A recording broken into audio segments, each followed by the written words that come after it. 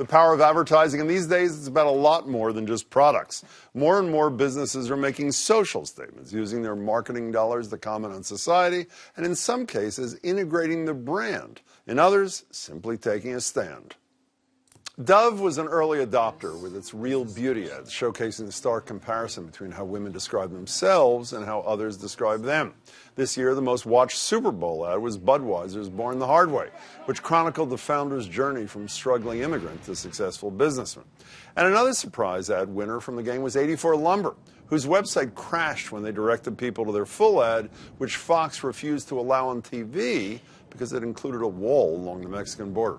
Back in 2013, a Cheerios ad started a racist backlash when it featured an interracial family, and now Coke is facing some controversy over its ad out last week, featuring a brother and sister fighting over the same attractive pool boy. Ultimately, by the way, the mother gets there first. Despite the risks, one Massachusetts company is diving headfirst into the social justice advertising game with a billboard along the Southeast Expressway in Dorchester, which shows two women wrapped in a rainbow flag with the tagline, "Good Unites." It's part of Eastern Bank's overall Join Us for Good campaign, which also includes several videos linking their brand to messages, some of them controversial, about what they see as good in the world. There's something happening. It's purposeful. It's inspiring. It's this.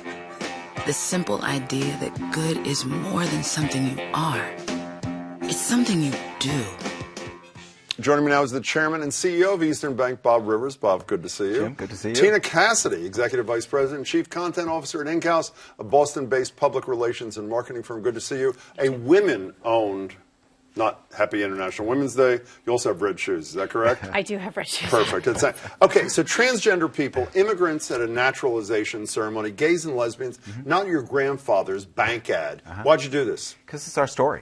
And it What does that mean? It's our story has been about social justice and equal opportunity for all from the very beginning, Jim, for 200 years, believe it or not. But is it good for business or just good for the community? Is this like an altruistic act, or is it good for the bottom line? You know, too? we really think it's both right and smart, and that's how we think of all things that we do. We start first with what we think is the right thing to do, and is it also the smart thing to do? Does it support a business case? Because what we're trying to do in the end is have others follow us. Ironically, this is a very differentiating aspect of our brand that we're promoting. What do you mean? It's different. It's different than other bank ads. Oh, it is different from other. So is this a risky proposition? You advise businesses like this. Is it good for the bottom line? Obviously, I assume it's going to sell quite well in this community as a message. Is it good for business? It can be good for business. Of course, it can also be bad for business, depending on who your audience is. But the point is that you need to know who your audience is, and you certainly do. You've been in this community for 2 centuries, right? But there are companies today who are making calculated decisions about whether to step out or to hold back, and even the ones who are trying to stay neutral and who aren't addressing what's going on in the world are getting blowback. A good example is today. It's International Women's Day. Uber has decided not to recognize the day. They're coming off of a series of PR blunders, and they had an opportunity to step forward today, and just for doing nothing, they're getting reaction. Well, one of the blunders was Travis, whatever his name is, was on this advisory committee, the CEO for Donald Trump. He pulled off that huge blowback. People deleted. Speaking of that, in the age of Trump, even though this is not a big Trumpian state, is it risky to take, is it not riskier now? Because people are so polarized and they say, listen, I don't even want to get into this stuff, whatever it is, even if it's human rights. Right. People are polarized, but I think if you follow a few simple rules, you're on the right path. And one of them is be authentic. So if you really care about what you're doing and you want to put yourself out there, you're doing the right thing. It doesn't really matter.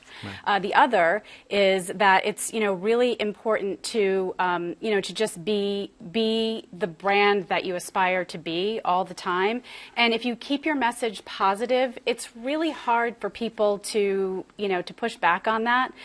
There might be people who don't believe in gay rights who will say, why are there two women wrapped in a rainbow flag? And that's their choice. But I think as long as you're keeping your message positive, you're going to be okay. Positive. But is it not in some ways an anti-Trump ad? I know you said in the Globe it wasn't, but isn't it in the era of intolerance? Not in the least. Not in the least. Actually, we developed this campaign 2 years ago and have been testing it ever since. It would have run now if Donald Trump was not president. No question about it. It would have. Because this is the beginning of our 200th year in business. So we intentionally delayed it to test it, to rally people internally around it, and it just happened to coincide in time. And certainly we recognize that this campaign is more resonant, if you will, today than it was pre-election. But it is not meant to be provocative. When you say you rallied people internally, whatever you just said a minute ago, to behind this thing, did a number of the people right under you, I mean, you're the boss, say this is a little too risky for us to be doing? Of course. I mean, we really subscribe to the philosophy of inclusion, which is all points of view. So we welcome people that don't agree with certain things and certainly hear them out. And ultimately, we look towards consensus, and obviously I have the final call. And by the way, we should say these ads are not, they don't have nothing, to use a double negative, about the banks. I mean, it's not just about social justice. Here's a little snippet from one of the ads. It does speak about the bank investing in these kinds of people's lives. Here it is. Investing in communities hungry for growth. Lending to small businesses fueled by a dream. And supporting causes inspired by love. You know, do people make business consumer decisions, though? I mean, I have to say, I love this. I mean, I think particularly now this is great. But I also used to walk by in Central Square in Cambridge, a bank you bought years ago, Wainwright, and they had great on gays and lesbians, terrific on labor stuff. And I realized today, I never transferred my money to the bank. And I like to think I'm a person of some principle. Right. So do people just nod their heads and say, good for you? Or do they say, good for you, and I'm going to move my money into that bank? Well, I think what we're seeing today is a huge wave of activism where people are making economic decisions. With your bank account? 100%. There is the Grab Your Wallet campaign includes a very long list of banks who are supporting things like pipelines and so forth, and there is an active revolt against them. And so I certainly think that banks who are coming out with a more positive message that is really focused on the community in which they invest and not, sort of imposing imposing unpopular projects. And Jim, we have evidence of this and have had it for years, that people change their bank account because of their political point of view. I don't mean political, mean partisan. I mean because of their worldview, for lack of... No question about it. They do. I mean, you mentioned Wainwright Bank, the branch that you mentioned. Yeah. Wainwright's entire business, their entire customer base was built on their support of the LGBT community. And we saw it time and time again. That's what led to this campaign, actually. Really? Whenever we had the stump and talked about our giving 10% of net income to charity or our support for different communities, people would come up and say, I never knew that about you. I'm going to move my account. And they did.